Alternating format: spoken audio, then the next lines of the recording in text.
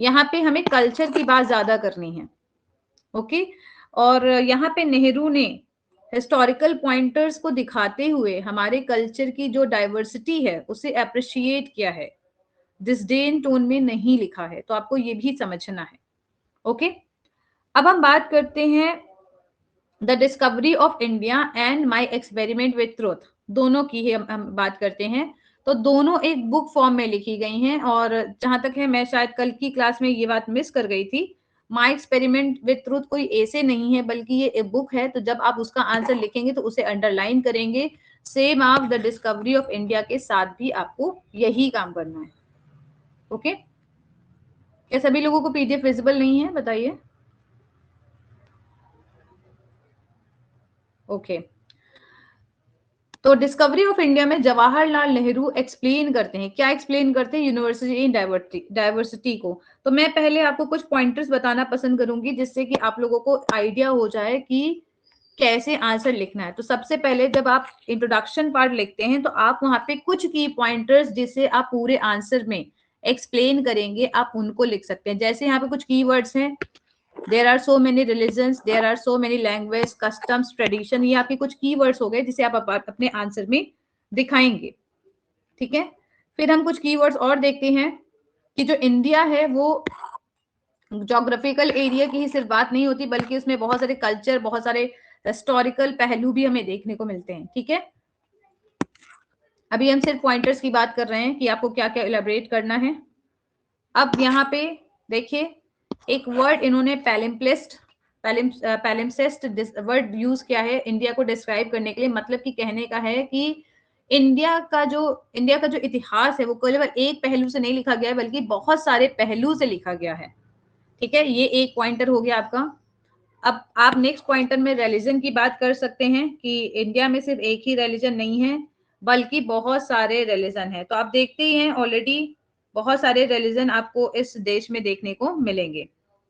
Okay,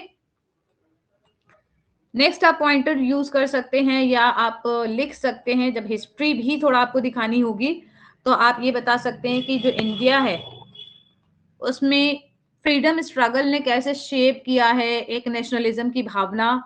बहुत सारे religion से, बहुत सारे कम्युनिटी से जो लोग बिलोंग करते हैं वो एकजुट होके आए हैं और एक नेशनलिज्म की भावना का विकास लोगों के अंदर हुआ, नेशनलिज्म। ठीक है, तो ये एक की पॉइंटर हुआ। फिर आप ये भी बता सकते हैं कि हालांकि कल्चर इज स्ट्रांग लेकिन कई सारे थ्रेट्स इस कंट्री में रहे हैं। ओके, ये पॉइंटर अगेन हो गया और अब आप कंक्लूजन देंगे। तो ये पॉइंटर की बात मैंने इसलिए आज करी क्योंकि आप में से काफी लोग अभी भी कंफ्यूज हैं कि मैम हम आंसर जब लिखने बैठते हैं तो हम थोड़ा ही लिखते हैं और हमारा माइंड ब्लैंक हो जाता है। तो जब भी आंसर लिखें, हमेशा आपको, जब भी आप प्रिपेयर करें, जब भी आप नोट्स पढ़ें, ऐसा नहीं कि आप डायरेक्ट पढ़ना शुरू कर दे रहे हैं, या आप पढ़ भी रहे हैं तो आपको हमेशा एक हाइलाइटर, एक पेंसिल या एक पेन यूज करना है और ये जो कीवर्ड्स हैं इन्हें आप अंडरलाइन करते जाइए, अलग से लिखते जाइए, जिससे आपको समझ में आए कि पूरे आंसर में मेन मेन पॉइंटर्स हमारे क्या हैं। तो अब आपके माइंड में कुछ पॉइंट आ गए हैं जिन्हें हम इलाबरेट करेंगे। ओके, पहला तो पॉइंट आपको यही याद रखना है कि क्योंकि ये बुक फॉर्म में लिखा गया है, जस्ट अ मिनट, तो इसे हम अंडरलाइन करेंगे। ओके, तो in the discovery of India Jawaharlal Nehru explains the idea of university in diversity. हमने पहली लाइन इसे इसलिए लिखा है क्योंकि हमसे क्वेश्चन ही यही पूछा गया है। Okay, as the main strength of India, ये जो यूनिवर्सिटी यूनिटी इन डाइवर्सिटी है ये हमारे इंडिया की ताकत है। ओके, इंडिया एक ऐसी कंट्री है, इसे रिच कंट्री माना जाता है because it is rich in culture, it is rich in religion, there are so many religions, there are so many language, customs हैं, ट्रेडिशंस है। आप कहीं भी चले जाएं, आप जिस भी राज्य में जाएंगे वहां शादी के अलग रीति रिवाज हैं। ओके, लैंग्वेज अलग है, वहां की ट्रेडिशन अलग है। तो अगर कोई बाहर से यदि कोई व्यक्ति आता है तो उसे क्या लगेगा, at first gland it may seem very divided, ऊपरी तौर पे देखने में लगेगा कि जो इंडिया है वो एक डिवाइडेड कंट्री है, यहाँ पे तो कोई यूनिटी नाम की चीज ही नहीं है। बट नेहरू का कहना है कि on the surface level India seems divided in culture, in languages, in customs and traditions, but there is deep unity that connects all Indians. लेकिन एक यूनिटी है जो कि सारे इंडियंस को कनेक्ट करती है। और ये बात सच है, अगर 26 जनवरी आती है, 15 अगस्त आता है या कोई भी नेशनल स्पिरिट से भरा हुआ गाना जब हम सुनते हैं, तो चाहे वो व्यक्ति किसी भी राज्य से बिलोंग करता हो, उसके अंदर आपको वही एक गूज बम्स वाली फीलिंग दिखेगी जो उत्तर प्रदेश में रहने वाले व्यक्ति के अंदर आपको दिखेगी, राइट। तो ये एक छोटा सा मैं एग्जाम्पल आपके सामने प्रेजेंट कर रही हूँ ताकि आप ये समझ पाए कि एक यूनिटी है, चाहे वो किसी भी कल्चर, किसी भी रिलीजन का व्यक्ति हो, सभी लोग आपस में एक दूसरे से कैसे कनेक्टेड हैं, और इंडिया उनके लिए इंपॉर्टेंट है। वो एक पार्टिकुलर स्टेट से नहीं बल्कि एक पार्टिकुलर कंट्री को रिप्रेजेंट कर रहे हैं, right. According to Nehru, India is not just a geographical area.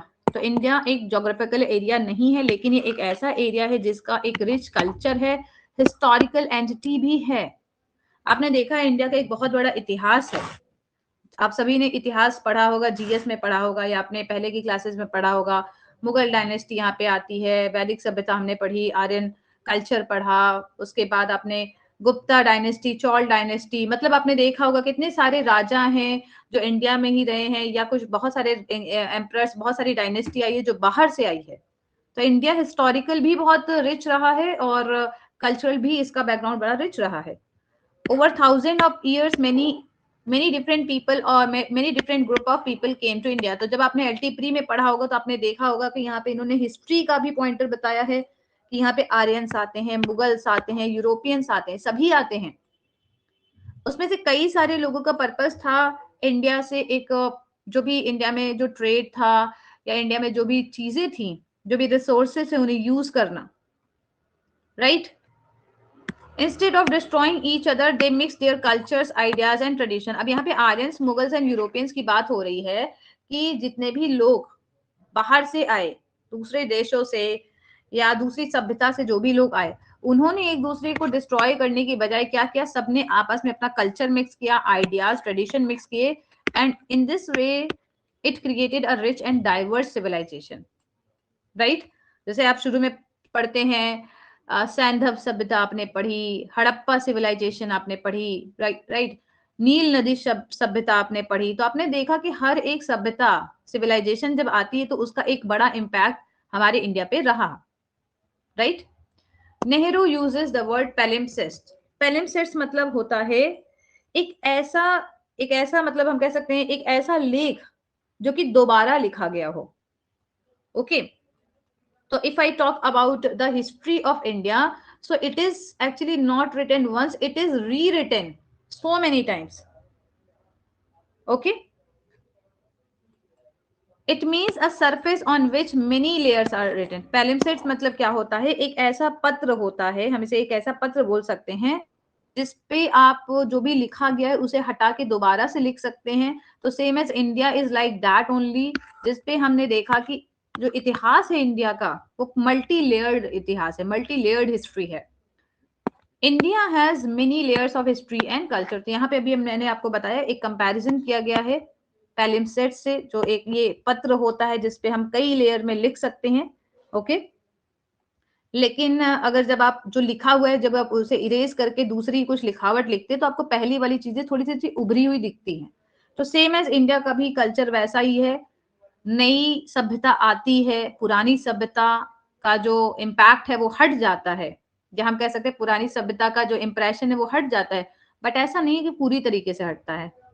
तो इस तरह से हम क्या देखते हैं कि जो प्रीवियस सिविलाइजेशन आती है या जो प्रीवियस एम्परर्स या किंग्स या डायनेस्टी जो भी आई, उनका भी कल्चर कहीं ना कहीं मिक्स हुआ, और जो आगे जो आने वाली सभ्यता है या जो कल्चर है वो भी मिक्स हुआ। तो इस तरीके से हम देखते हैं कि both of them exist together and none of them completely disappear. और हमने देखा कि दोनों में से कोई कंप्लीटली डिसअपियर नहीं हुआ, क्योंकि इसके बाद आगे दोबारा से नई सभ्यता आती है, नए एम्परर्स आते हैं, फिर एक नई हिस्ट्री, नई ट्रेडिशन हमें देखने को मिलती है।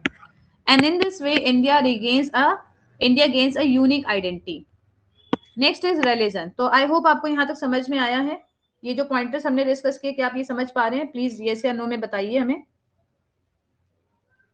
Yes, okay. Religion is another factor that is important in unity. So India has many religions, you know, Hinduism, Islam, Buddhism, Sikh religion, Christianity, okay। इसके अलावा भी बहुत सारे religion हैं, जैनी या मतलब और भी हम रिलीजन कह सकते हैं, कोई एक पार्टिकुलर रिलीजन नहीं है। तो हम देखते हैं कि इंडियन सोसाइटी जो है इसमें हमें टॉलरेंस की भावना देखने को मिलती है, एक्सेप्टेंस। ऐसा नहीं है कि कोई रिलीजन दूसरे रिलीजन को डिसलाइक कर रहा है या एक्सेप्ट नहीं कर रहा। Every religion have the same rules या सेम जो एक कैरेक्टरिस्टिक्स हैं या सेम आपको रेगुलेशंस देखने को मिलेगी। सबका कहना है कि we should respect the god, okay, we should have humanity, ये सभी रिलीजन में दी है। And people have learn to live together despite differences. हमने क्या देखा कि हालांकि लोगों के बीच डिफरेंसेस है, बट लोगों ने इन डिफरेंसेस के साथ भी रहना सीखा। Next point is about freedom struggle. Freedom struggle की बात इसलिए होती है क्योंकि इंडिया में नेशनलिज्म की भावना आती है। 1857 this was the first struggle for freedom, first Indian struggle for freedom, and from this movement only, this was the beginning of the freedom struggle, the people started having the feeling of nationalism. Earlier they were divided, okay उसके बाद जब British rule आता है तो इसके बाद भी unity develop होती है। तो ये कैसे होती है, जैसे आप आपस में लड़ रहे हो, घर में आपकी आपस में लड़ाई हो रही हो, बट यदि बाहर से कोई आप पे अटैक करता है तो आप सभी लोग यूनाइटेड होके अपनी आपस की लड़ाई भूल के उस अटैक से लड़ने की कोशिश करते हैं, राइट? तो ऐसा ही हुआ। People from different religion communities came together for a common goal। तो आपने देखा कि जितने भी फ्रीडम फाइटर्स थे, इससे कोई मतलब नहीं है कि वो हिंदू थे कि मुस्लिम थे कि सिख थे कि ईसाई थे। सॉरी, ईसाई हम नहीं कह सकते क्योंकि उस समय इतने ज्यादा क्रिश्चियंस नहीं थे। बाद में मिशनरीज जब आती है, बहुत सारे लोगों को कन्वर्ट किया जाता है। तो मेजर अगर हम बात करें तो उस समय हिंदू, मुस्लिम्स और सिख ये मेजर थे जिन्होंने फ्रीडम स्ट्रगल में हिस्सा लिया और फ्रीडम फाइटर्स वो बने, ओके। तो सब कहीं ना कहीं, अब बाकी भी धर्म के, ऐसा नहीं कि मैं कह रही कि बाकी धर्म के लोग भी नहीं थे, बाकी धर्म के लोग भी मिलते हैं, उनके अंदर एक स्ट्रॉन्ग नेशनलिज्म की भावना आती है और उनके अंदर एक ब्रदरहुड की भावना भी डेवलप होती है। तो यहाँ पे नेहरू ने इसकी भी बात की है। However, Nehru also warns that unity can be threatened by communalism, casteism and religionism। तो जैसे मैंने एक दिन आपको 12 मिलियन ब्लैक वॉइसेस में डिस्कस भी किया था कुछ यही पॉइंटर्स, ठीक है, कि वी आर यूनाइटेड, बट कहीं ना कहीं ये सारी चीजें हैं इंडिया में, कम्युनलिज्म, कास्टिज्म और रिलीजनिज्म, इस सब की भावना है जिससे हम एक दूसरे के प्रति प्रेजुडिस्ड हो जाते हैं, एक दूसरे के प्रति हेट्रेड की भावना रखने लगते हैं। तो ये जो यूनिटी है, अगर आपने देखा होगा हमारे इंडिया में बहुत सारे दंगे फसाद होते हैं सिर्फ इन्हीं कम्युनलिज्म, कास्टिज्म एंड रिलीजनिज्म की ही बेसिस पे ही होते हैं, और कोई ऐसी चीज ही नहीं है जो हमें तोड़ सकती है, okay. And he believes that secularism and equality, ये दोनों चीजें जो हैं ये यूनिटी को मेंटेन करने के लिए काफी ज्यादा जरूरी है। सेक्युलर कंट्री, इंडिया एक सेक्युलर कंट्री है, इंडिया में इक्वालिटी है। तो आपने देखा है राइट टू इक्वालिटी, बहुत सारे राइट्स दिए गए हैं जिसमें ये बताया गया है कि धर्म के बेसिस पे या भाषा के बेस पे या कास्ट के बेस पे किसी को भी हम इक्वल अपॉर्चुनिटी से वंचित नहीं करेंगे, okay. In conclusion, Nehru's idea of unity in diversity shows that India's strength lies in accepting differences while staying united। तो अब यहाँ पे लास्टली हम देख सकते हैं कि नेहरू का कहना ये है कि यूनिटी इन डाइवर्सिटी इंडिया की इसी बात से दिखती है जहां पे इंडिया डिफरेंसेस को एक्सेप्ट करती है और यूनाइटेड होकर एक्सेप्ट करती है। एंड ये जो आइडिया है इनका यूनिटी इन डाइवर्सिटी को एक्सेप्ट करने का, वो कहीं ना कहीं आज भी मॉडर्न इंडिया में अगर हम देखें तो हार्मोनियस एटमॉस्फेयर बनाने के लिए अभी भी इम्पोर्टेंट है। सो आई होप आपको समझ में आया है कि आप इस आंसर को कैसे लिख सकते हैं। ये आंसर्स जो हैं मैंने पिछली क्लासेस में भी आपको बताए हैं, आंसर्स थोड़े से लेंदी होते हैं, आपको जो आंसर लिखने हैं थोड़े से कम ही लिखने हैं। और 200 वर्ड्स में काफी लोगों का सवाल आज भी मुझसे रहा कि हमें कैसे पता चलेगा कि हमने 200 वर्ड्स लिखा है। तो इसके लिए आपको रेगुलर बेसिस पे अपनी हैंडराइटिंग को देखना है, आपको वर्ड्स काउंट करने हैं, तभी आप अंदाजा लगा पाएंगे कि आप कितने पेज में 200 वर्ड्स लिख रहे हैं। क्योंकि मैं इस बात का अंदाजा नहीं लगा सकती हूँ, सबके फॉन्ट साइज अलग अलग हैं। एक आइडियल की बात की जाए, आइडियल 200 वर्ड्स की, तो जो मैंने बाकी लोगों का जो देखा है आंसर, मैं देख पा रही हूँ कि लगभग 2 पेज में या 2 पेज से कम में भी काफी लोगों के 200 वर्ड्स के आंसर हो जा रहे हैं। जिसका फॉन्ट साइज बहुत बड़ा है उनके आंसर्स में 2 पेजेस से एक्सीड ही हो जा रहा है। तो ये आप लोगों को अपने अपनी हैंडराइटिंग का जो फॉन्ट साइज है, आप कितनी वर्ड स्पेसिंग कर रहे हैं, आप कितनी लाइन स्पेसिंग कर रहे हैं, ये सभी बहुत मैटर करेगा, जिससे आपको पता चलेगा कि कितने पेज में हमारा 200 वर्ड्स का आंसर हो जाएगा। ठीक है। दूसरी चीज, आप लोग जब भी आंसर लिखेंगे सिर्फ आपको समरी फॉर्म में नहीं लिखनी, आप यहाँ पे इस आंसर को एज एन एग्जाम्पल ले सकते हैं। डाइवर्सिटी इन इंडिया को हमने डिस्कस किया, बट हर एक पैराग्राफ में हमने एक ही आइडिया डिस्कस किया है, यहाँ पे मल्टीपल आइडियाज हमारे डिस्कस नहीं हुए हैं, तो ये आपको भी आंसर प्रिपेयर करने में काफी हेल्पफुल होगा, जिससे आप एक एक पॉइंट को नोट कर लें। पहले मैं जो आंसर प्रोवाइड कर रही थी मैं वो हेडिंग वाइज दे रही थी, ठीक है। अब मैं हेडिंग वाइज नहीं दे रही हूँ, क्योंकि इससे काफी स्टूडेंट में कंफ्यूजन क्रिएट हो रहा था कि हम हेडिंग वाइज लिखें कि हम पैराग्राफ वाइज लिखें, इसलिए मैंने अब हेडिंग वाइज आंसर प्रोवाइड करना बंद कर दिया है। तो प्रीवियस जो भी आंसर मैं भेजूंगी स्पेशली ड्रामा के, वो आपको हेडिंग वाइज ही मिलेंगे, बट आपको हेडिंग वाइज नहीं लिखने हैं। कुछ कुछ आंसर्स में आप हेडिंग डाल सकते हैं अगर आपको टाइम अलाउ करता है, बट कई लोगों का कहना है कि जब हम हेडिंग लिखते हैं तो हमारे को एक इंटरप्शन सा फील होता है, हमारा जो थॉट का फ्लो है वो टूट जाता है, हमारा टाइम वेस्ट होता है। तो बेहतर होगा कि आप वो करें जो आपके टाइम को वेस्ट ना करे और आपके सारे आंसर कंप्लीट हो। ठीक है। तो एक ही चीज हर किसी पे अप्लाई नहीं होगी, ये आपके ऊपर डिपेंड करता है कि आप कैसे टाइम मैनेज करते हैं। तो क्या आपको ये आंसर क्लियर है? प्लीज ये बताइए हमें। इसके बाद हम नेक्स्ट क्वेश्चन आज का डिस्कस करेंगे और फिर हम ग्रामर का टॉपिक नरेशन स्टार्ट करेंगे।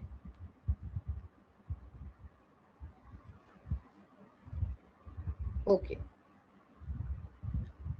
How is this book a mixture of history and autobiography? आपको पता है कि इसमें कुछ आपको ऑटोबायोग्राफिकल भी एलिमेंट्स या इंसिडेंट्स मिलेंगे, जिसमें कि जो फ्रीडम स्ट्रगल है जिसका नेहरू भी एक पार्ट थे वो आपको देखने को मिलेगा।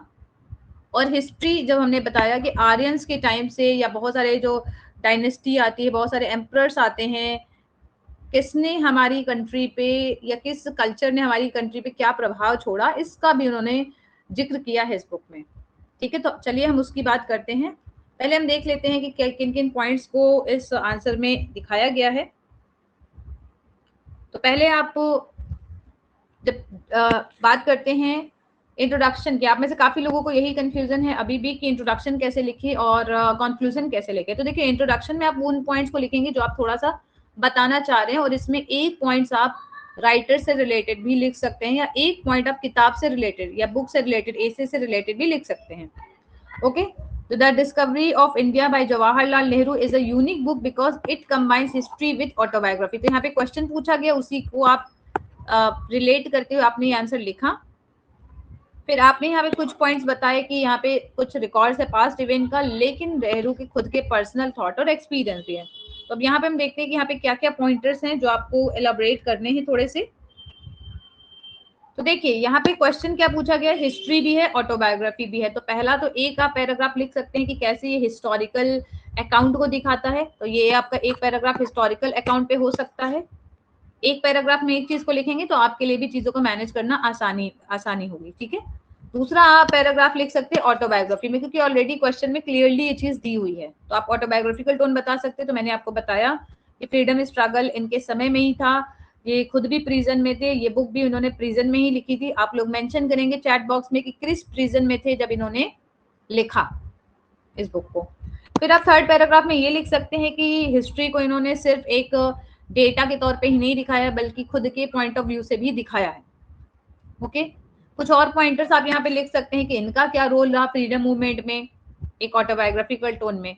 और लास्टली आप कुछ पॉइंट्स लिख सकते हैं जो कि दोनों को कंबाइन कर सकता है, कि हिस्ट्री और ऑटोबायोग्राफी दोनों मिक्स होती है, तो कहीं ना कहीं एक नई स्टाइल हमें इस बुक में दिखती है, कि कहीं ना कहीं ये बुक ऐसी थी जिसमें कुछ हिस्टोरिकल रिकॉर्ड भी था, फैक्चुअल भी था, और कहीं ना कहीं हमें एक सब्जेक्टिव ही टोन दिखती है। तो हमें रीडर्स जब पढ़ते हैं तो इंडिया के पास्ट को एक ऑब्जेक्टिव टोन से नहीं पढ़ते, बल्कि नेहरू जिन्होंने उस हिस्ट्री को जिया है, उस हिस्ट्री के कुछ पार्ट का वो हिस्सा रहे हैं, उनका भी विजन हमें देखने को मिलता है। अब आप कंक्लूजन दे देंगे, तो कंक्लूजन में आप उन्हीं पॉइंट्स को लिखेंगे जो आपने पहले लिखा है, बस थोड़ा सा इस टोन में होना चाहिए कि अब लगे कि ये आंसर समाप्त हो गया, अब इसके बाद कुछ नहीं है। आप में से कई लोग जिन्हें कुछ आंसर समझ में नहीं आता तो वो एब्रप्ट एंडिंग कर देते हैं कि अब टाइम खत्म हो रहा है, चलो अब कंक्लूड कर दें। तो ये आपको नहीं करना है। ठीक है। Yes, Ahmednagar fort prison, right. ठीक है। तो चलिए देखते हैं हम यहाँ पे, आई होप आपको समझ में आए structure. The Discovery of India by Jawaharlal Nehru is a unique book because it combines history with autobiography. अभी हमने देखा इसे, और ये केवल एक पास्ट इवेंट्स का रिकॉर्ड नहीं, it is not just a record of past event but also a reflection of Nehru's personal thoughts and experience. तो ये जो पहली लाइन है ये आपने हिस्ट्री के बारे में लिखी कि पास्ट इवेंट्स का ये रिकॉर्ड ही नहीं है। दूसरी लाइन आपने क्या लिखी, ऑटोबायोग्राफिकल टोन के बारे में, जिसमें हमें नेहरू की पर्सनल थॉट और एक्सपीरियंस का रिफ्लेक्शन दिखता है, उनके विचार दिखते हैं हमें, ठीक है, उन्होंने जो सोची या उनकी जो सोच रही है, उनके जो उनका जो एक एनालिसिस रहा है, पर्सपेक्टिव रहा है, पहलू रहा है सोचने का, वो भी हमें देखने को मिला। तो दोनों का एमालगमेशन आपको देखने को मिलता है। तब आप स्टार्ट कर सकते हैं आंसर को लिखना एक एक पॉइंट से। On the one hand the book gives a detail account of Indian history. तो आप लोग प्लीज एलटी प्री का नोट्स इसको समझने के लिए पढ़िएगा ताकि आपको चीजें समझ में आए। Nehru traces the development of Indian civilisation from ancient time to the modern period. आपने पढ़ा होगा एंशिएंट टाइम से लेके modern period Indian freedom struggle जो है तब तक की इन्होंने हिस्ट्री यहाँ पे मेंशन की है, और ये भी बताया है कि डिफरेंट डायनेस्टी कल्चरल चेंजेस यहाँ पे होते हैं, सोशल डेवलपमेंट यहाँ पे होते हैं, बट इंडिया की जो यूनिटी है वो हमेशा बरकरार रहती है।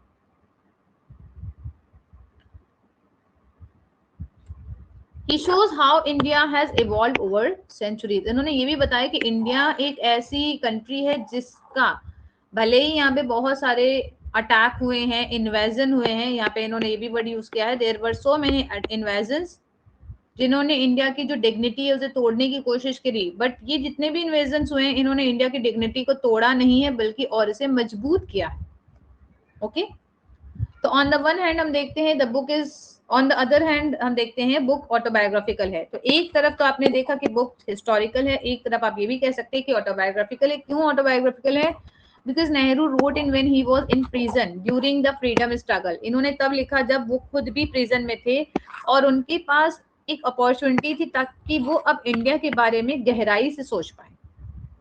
Okay, in this book he shares his personal feelings, ideas and questions about the country. तो यहाँ पे इन्होंने अपनी पर्सनल फीलिंग्स जो भी रही इंडिया के बारे में, जो उनके आइडियाज रहे, जो उनके विचार रहे और जो उनके क्वेश्चन रहे हैं उसको शेयर किया है।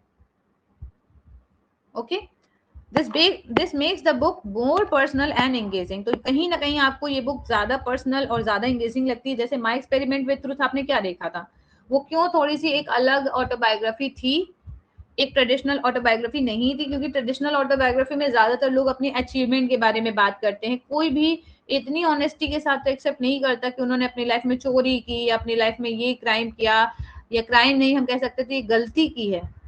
लेकिन यहाँ पे गांधी जी ने अपनी लाइफ को इस तरीके से प्रेजेंट किया था कि मेरी लाइफ का आप एग्जाम्पल लीजिए, मैंने अपनी लाइफ में जो भी किया है, गलतियां की हैं, गलतियों से सीखा है, और यदि किसी को मैं सिखाना चाहता हूं तो पहले मैंने उसे खुद अपने जीवन में अप्लाई किया, तब मैंने दूसरे को सिखाया है। और उन्होंने अपने को कोई एक स्पिरिचुअल गुरु के तौर पे नहीं बल्कि कॉमन मैन के रूप में अपनी ऑटोबायोग्राफी में दिखाया है। शुरू से लेके चाइल्डहुड से लेके उन्होंने लास्ट तक की चीजों को दिखाया है। ठीक है, तो आपको ये भी ध्यान रखना है कि महात्मा गांधी की जो ऑटोबायोग्राफी है उसमें कहाँ से कहाँ तक की घटना का जिक्र किया है। तो आप लोग ये चैट बॉक्स में मुझे जरूर बताइए कि किस समय से किस समय तक की लाइव इंसिडेंट को उन्होंने अपनी ऑटोबायोग्राफी में मेंशन किया है, क्योंकि ये दोनों क्वेश्चन थोड़े से फिलोसॉफिकल या आपके एक ऐसे हैं जो बाकी जो टेक्स्ट है या बाकी जो एसेज है उनसे थोड़ा सा अलग है। तो प्लीज आप लोग बताइए कब से कब तक की घटना को उन्होंने अपनी बुक में जिक्र किया है। अब नेक्स्ट पैराग्राफ देखते हैं। Nehru does not present history in a dry और फैक्चुअल वे। अब देखिए आप कोई भी किताब पढ़ते हैं हिस्ट्री की तो कैसी होती है, उसमें आपको केवल फैक्चुअल डेटा मिलता है, ऑब्जेक्टिव टोन आपको मिलती है, आपको ये नहीं पता होता इसमें सच क्या है, राइट। जैसे कि अगर आपने बहुत सारी हिस्ट्री की किताबें पढ़ी हैं और उसमें ये लिख दिया कि आगरा का ताजमहल मुगल एम्परर शाहजहां ने बनवाया अपनी वाइफ मुमताज महल की याद में, तो आपने ये ऑब्जेक्टिव पढ़ा, आपने पीछे का इतिहास नहीं देखा, आपको कुछ भी आइडिया नहीं है कि उसके पीछे क्या हुआ। और फिर आप और भी कई सारी किताबें पढ़ते हैं जिसमें कुछ और पहलू आपको नजर में आते हैं। तो यहाँ पे हम क्या देखते हैं, कोई सब्जेक्टिव रियलिटी नहीं है, जो आपने फैक्ट्स पढ़े उसी को आपको मानना है। यस, चाइल्डहुड टू 1921 की घटना का जिक्र है, राइट, ठीक है। इंस्टेड ही कनेक्ट्स हिस्टोरिकल इवेंट्स। लेकिन हम नेहरू की इस किताब में क्या देखते हैं, उन्होंने हिस्टोरिकल इवेंट्स को अपने खुद के एक्सपीरियंस के साथ कनेक्ट किया है और इसीलिए ऑथेंटिसिटी ज्यादा हो जाती है. He writes like a curious learner who is trying to understand his country, and that's why these books become easy and interesting to read. देखिए, आप लोग नहीं पढ़ पा रहे वो एक अलग चीज है, क्योंकि आप लोग के पास ऑलरेडी बहुत सारा सिलेबस है पढ़ने के लिए. पर जो भी लोग, जो स्पेशली जो बुक रीडर हैं, बिब्लियोफाइल जो लोग हैं, ठीक है, वो जब इस बुक को पढ़ते तो उन्हें ये बुक अच्छी लगती, क्योंकि इस बुक की लैंग्वेज आसान है और कहीं ना कहीं उन्हें नेहरू का पर्सनल जो नजरिया है वो इस बुक में देखने को मिलता है. उन्होंने भी हिस्ट्री को एक कॉमन मैन के पर्सपेक्टिव से देखा. Okay, now let's look at the next paragraph. His role in the freedom movement also influences his writing. यहाँ पे again आप autobiographical tone की बात करेंगे. He feels proud of India's past and wants to inspire others. हम देखते हैं कि यहाँ पे जब जवाहरलाल नेहरू अपने ऑटोबायोग्राफिकल टोन में कुछ बातें लिखते हैं, उन्होंने क्या इंडिया का पास्ट देखा, जब वो हिस्ट्री बता रहे हैं, जब वो कल्चर बता रहे हैं, तो वो कहीं ना कहीं इंडिया के बाकी लोगों को भी इंस्पायर करना चाहते हैं. राइट? उनका ये कहना है कि वो लोग जो इंडिया के कल्चर को डिसडेन करते हैं, जैसे आपने आज भी देखा होगा, बहुत सारे लोग कहते हैं कि इंडिया बहुत ही बेकार कंट्री है, या बहुत लोग वेस्टर्न को ग्लोरीफाई करते हैं, वेस्टर्न कल्चर को ग्लोरीफाई करते हैं. हम इंडियंस हो के इंडिया के कल्चर को ग्लोरीफाई नहीं करते, बट अगर आप देखिए बहुत सारे वेस्टर्न पीपल हैं जो इंडिया आते हैं, इंडिया के कल्चर को, इंडिया के रिलीजन को वो एसिमुलेट करते अपनी हैबिट्स में. बहुत लोग यहाँ आके बस ही गए हैं. Right?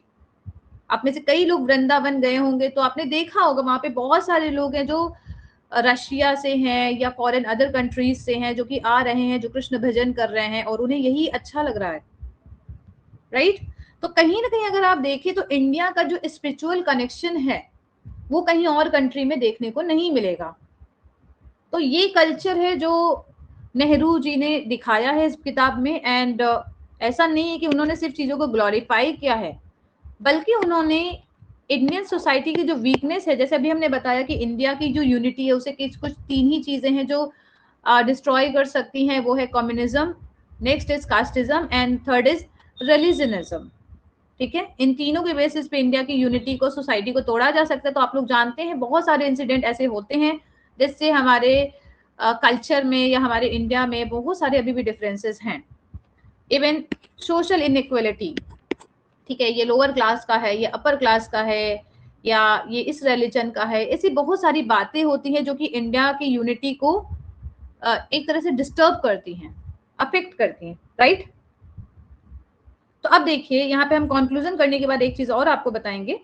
The combination of history and autobiography give the book a special quality. It is both informative and emotional. ये इंफॉर्मेटिव भी और इमोशनल भी.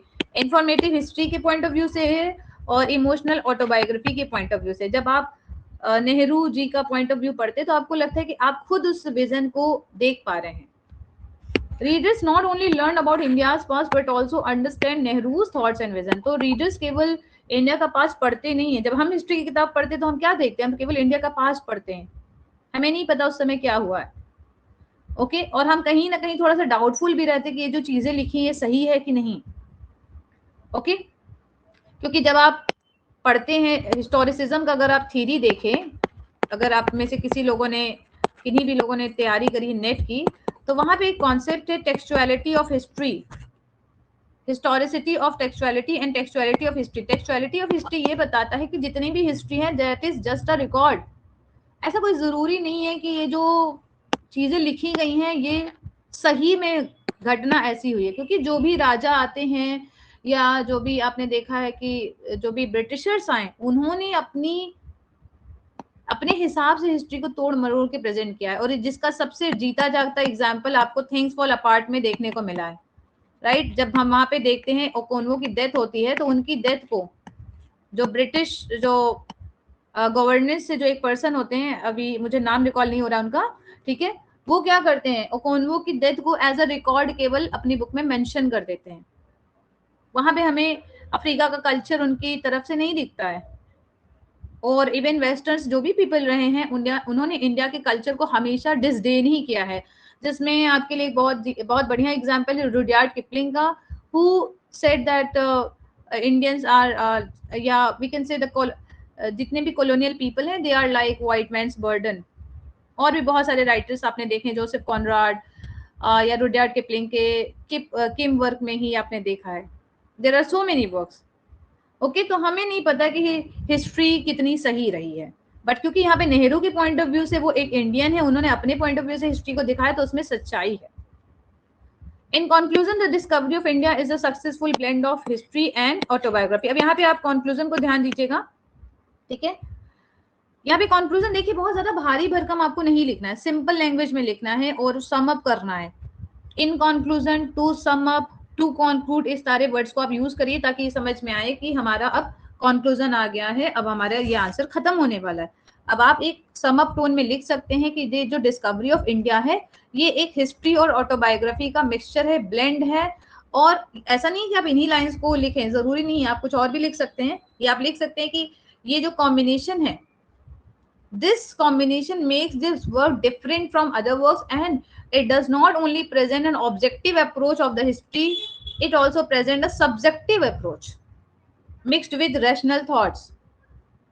ठीक है, तो आपको कुछ अपने से वर्ड्स लिखने हैं। यहाँ पे आप सबको पता है कि एग्जाम में या टेस्ट में आपको कोई भी किताबी नॉलेज नहीं याद रहेगा। आपने जो समझा है, जो आपके खुद की फीलिंग्स हैं, जो आपकी खुद की अंडरस्टैंडिंग है, केवल वही आपके आंसर में दिखेगी।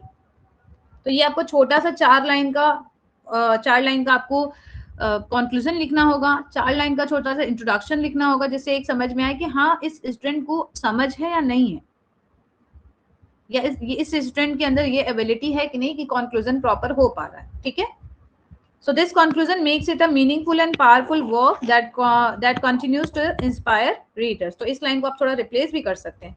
अब यहाँ पे मैंने आपसे बोली थी एक चीज की जो मैं आपको समझाऊंगी, आप अगर देख पाए तो यहाँ पे एक पैराग्राफ देखिए हिस्ट्री के ऊपर है, एक पैराग्राफ ऑटोबायोग्राफी के ऊपर है। अगेन आप यहाँ पे देखिए एक पैराग्राफ हिस्ट्री के ऊपर है और एक पैराग्राफ ऑटोबायोग्राफिकल टोन के ऊपर है। तो अब जब आप लोग आंसर लिखेंगे और एक पैराग्राफ, नेक्स्ट जो पैराग्राफ है वो देखें, ये दोनों का एक एमालगमेशन वाला टोन है कि दोनों ही कैसे फ्यूजन वाइज प्रेजेंट है। ठीक है, तो लगभग 5 पैराग्राफ आपको मेन बॉडी में दिख रहा है। तो जब आप आंसर लिखेंगे तो आपको इस मेन बॉडी के 5 पैराग्राफ को मिक्स करके 3 पैराग्राफ में लिखना है। एक पैराग्राफ में आप ऑटोबायोग्राफी लिखेंगे या हिस्ट्री, आप पहले जो भी लिखना चाहें। एक पैराग्राफ में आप हिस्ट्री लिखेंगे, एक पैराग्राफ में आप बोथ लिखेंगे। ठीक है, पहले आप इंट्रोडक्शन लिखेंगे, फिर आप कंक्लूजन लिखेंगे। तो ये आपका एक सही तरीका होता है आंसर का जब आप लिखते हैं। और पहले भी मैंने कई बार बताया, मैं फिर से रिपीट कर रही हूँ, इंट्रोडक्शन और कंक्लूजन की जो लेंथ है वो 4 से 5 लाइन की होनी चाहिए। मेन बॉडी के जो आंसर्स की लेंथ है वो थोड़ी सी लेंथी होती है, पर बहुत ज्यादा लेंथी नहीं होती है। और मेन बॉडी की जो 3 पैराग्राफ है, तीनों की लेंथ ऑलमोस्ट सिमिलर होनी चाहिए, बहुत ज्यादा डिफरेंस नहीं होना चाहिए। और इतना ही होना चाहिए जिसमें आप अपने पॉइंटर्स को सटीक भाषा में दिखा सके, कम शब्दों में दिखाएं लेकिन उसमें सारे पॉइंट्स होने चाहिए। ठीक है, अब इस आंसर में मैंने कोई कोटेशन इंक्लूड नहीं की है, तो बहुत ज्यादा लेंथी कोटेशन थी इसलिए मैंने इंक्लूड नहीं की है। बट आप लोग अपने अकॉर्डिंग जो भी आपको कोटेशन लगे सही, वो आप अपने हिसाब से जहां भी पॉइंटर्स आपको दिख रहे हैं वहां आप ऐड कर सकते हैं। ठीक है, यस, राइट। इस बुक में ग्रेजुअल डेवलपमेंट ऑफ इंडिया भी दिखता है as a country. And yes, TS Eliot भी, उनका भी वर्क द वेस्टलैंड इंडिया की फिलोसफी से इंस्पायर था। इवन हम डब्ल्यू बीट्स को भी नहीं भूल सकते हैं, डब्ल्यू बीट्स के कई सारे वर्क आपको देखने को मिलेंगे जो फिलोसफी से ही इंस्पायर्ड हैं। इसके बाद आप अगर बात करें अमेरिकन लिटरेचर में R.W. एमर्सन की, ओके, तो ये बताइए कि आपको समझ में आ रहा है, कैसे करना है आपको।